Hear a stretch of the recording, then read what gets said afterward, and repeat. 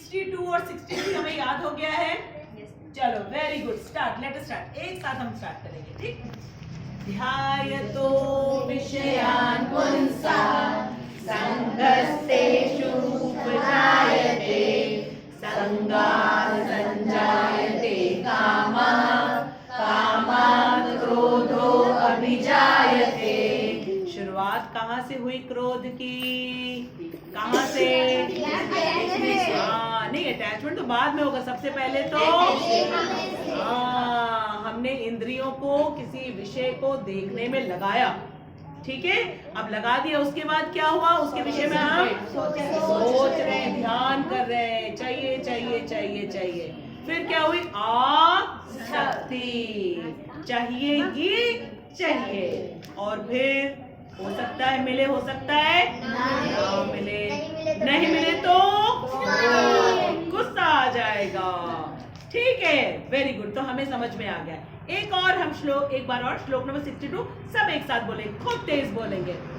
ध्यायतो विषयान् पुंसां संगस्तेषु उपजायते संगात् संजायते कामः कामात् क्रोधो अभिजायते। अब श्लोक नंबर 63 में हम आ जाते हैं, क्योंकि अब क्रोध आ गया। अब इसके बाद क्या क्या होगा, है ना। पेज खोल दे, अभी वो दीदी के पास जाओ, ठीक है। सब जो बड़ी दीदी लोग हैं छोटे छोटे बहनों की हेल्प करेंगे, ठीक है। ओके।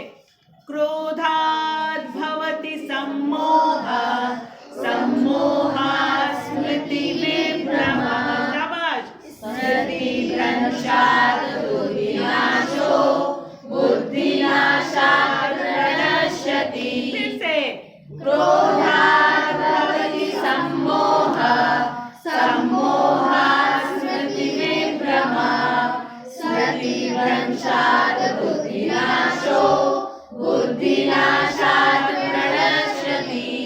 अब क्रोध आने से क्या होता है? सम्मोह। सम्मोह का मतलब मालूम क्या होता है? हाँ, अभी हम आप लोगों को एक क्लू देते हैं, ठीक है। कभी कभी ऐसा होता है ना, तो कहते यहाँ देखो, तुम देखो देखो देखो देखो, देखते देखते देखते क्या होते हैं? हम बिल्कुल हिप्नोटाइज हो जाते हैं। उसके बाद, ठीक है, उसके बाद क्या होता है? हमारी बुद्धि जो है उसके कंट्रोल में चली जाती है, ठीक है। कई बार ऐसा देखा जाता है ना कि कई लोग बहुत बुद्धिमान होते हैं, लेकिन वो कहते हैं पता नहीं कोई आया हमारे घर में और कैसी कैसी बातें करने लगा, और फिर हमने उसको घर के अंदर भी बुला लिया। उसने हमसे कहा कि माता जी थोड़ा पानी पिलाएंगे, आपके लिए बहुत अच्छा होगा। पता नहीं क्या हो गया, हमको तो मना किया गया था किसी भी अजनबी को घर में अंदर नहीं घुसाना चाहिए, और मैंने घुसा भी लिया उसको। और उसके बाद उसको जैसे ही हमने बैठाया, उसने कहा माता जी थोड़ा आप जल देंगी, थोड़ा सा आप हमें कुछ देंगी खाने के लिए। और मैं अंदर गई, मुझे पता ही नहीं उसके बाद क्या हुआ। थोड़ी देर के बाद पता चला अलमारी खाली, सब कुछ खाली, ठीक है। ऐसा कैसे हुआ? क्योंकि उस व्यक्ति ने क्या कर लिया? उसको सम्मोहित कर लिया, हिप्नोटाइज कर लिया। और हिप्नोटाइज करने से क्या होता है? हमारी बुद्धि जो हमको सही और गलत बताती रहती हमेशा, ठीक है, वो काम करना बंद कर देती है। और जब बुद्धि काम करना बंद कर देती है, उसके बाद क्या है? विनाश। किसी का भी विनाश तभी होता है जब बुद्धि काम करना बंद कर देती। बुद्धि को किसने सम्मोहित किया? क्रोध ने। बड़ा डेंजरस है। इसलिए जब कभी हमको क्रोध आए, तुरंत समझना चाहिए आसक्ति है, कहीं आसक्ति हो गई है। तुरंत देखो कहाँ आसक्ति हो गई, और अपनी इंद्रियों को तुरंत हमको किस में लगाना है? भगवान में लगाना है, केशव में लगाना है। फटाफट हरे कृष्ण महामंत्र का जप करना है। श्रीला प्रभुपाद कहते हैं हम सब बीमार हैं, सबके सब बीमार हैं, और सबकी बीमारी की केवल एक मेडिसिन है। क्या है? हरे कृष्णा कृष्णा कृष्णा हरे हरे, हरे राम राम राम हरे हरे। बस ठीक हो जाएंगे। कोई हमको सम्मोहित नहीं कर पाएगा, क्योंकि भगवान और भगवान के नाम में कोई अंतर नहीं है। ठीक है, जिस प्रकार भगवान सबसे पावरफुल है, सबसे पावरफुल, सबसे ब्यूटीफुल, सबसे इंटेलिजेंट, और क्या है सबसे, बोलो बोलो, शक्तिशाली है और फेमस है, शाबाश, और बताइए, समस्त वैभव उनके पास है। ठीक है, समस्त ज्ञान है, समस्त वैराग्य है, सबको देते रहते हैं। ये फल है, फूल है, कौन दे रहा है भाई, पकड़ के रखे हुए, हम नहीं देंगे, नहीं, सबको दे दिया उन्होंने।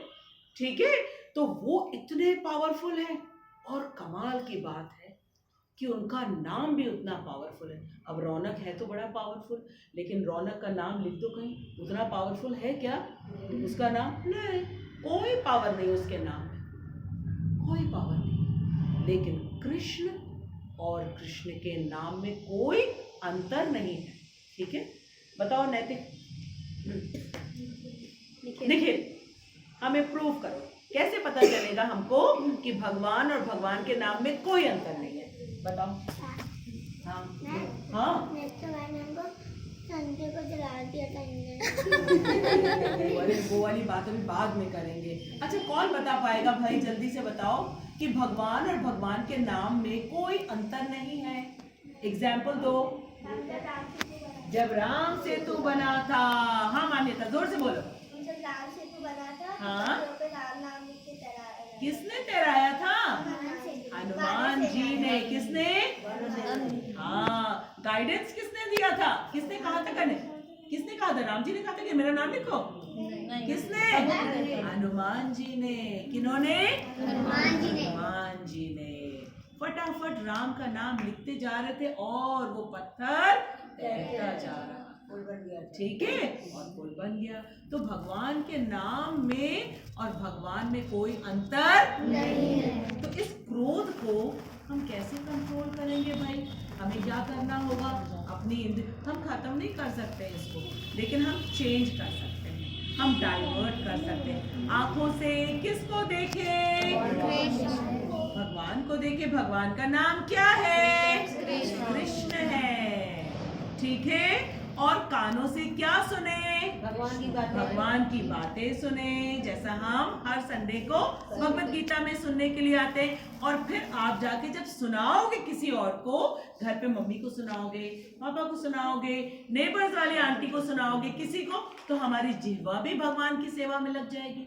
ठीक है, और हाथों से जो आपके घर में विग्रह है, जो आपके घर में मंदिर है, उसको आप सफाई करिए। और पैरों का हमने यूज कर दिया, हम भगवत गीता क्लास में आ गए। ठीक है, जब इतनी सारी चीजें कर लेंगे तो हमारी बुद्धि जो है वो किसकी सेवा में लगी हुई है? भगवान की सेवा में लगी हुई है। कभी भी इसको कोई हिप्नोटाइज नहीं कर पाएगा। ठीक है, तो अब हमको समझ में आ गया कि ये क्रोध आता कैसे है और क्रोध के बाद होता क्या है, सबको पता चल गया। ठीक है, अब हम आज का श्लोक